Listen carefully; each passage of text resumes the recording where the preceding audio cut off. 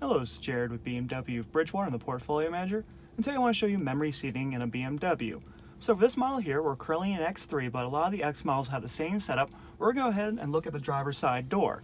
Now, if you notice over here next to the lock and unlock button, there's going to be set and then button 1 or 2. So once you find the comfortable spot in your seat, what you can do is actually set it so every time you turn the car on, it'll remember. So what I'll have you do is, once I press these buttons, go ahead and look at the main screen so you see what it looks like. So right now I'm currently hitting the set button, as I do right now. It's going to ask you which button to do. So for this example, I'll hit 1 or 2. Now the key is, if you know you did it right, you're going to hear that chime. So just for one more time, I'm not going to say anything, I just want you to see how it works. So again, I'm in the right position, I like where I am. You're going to go ahead and hit the set button and button 1. Once you hear that chime, you're all set and you have the preferred position that you want. Any other questions, be sure to reach out to us here at BMW Bridgewater. We look forward to working with you, and I hope you have a great day.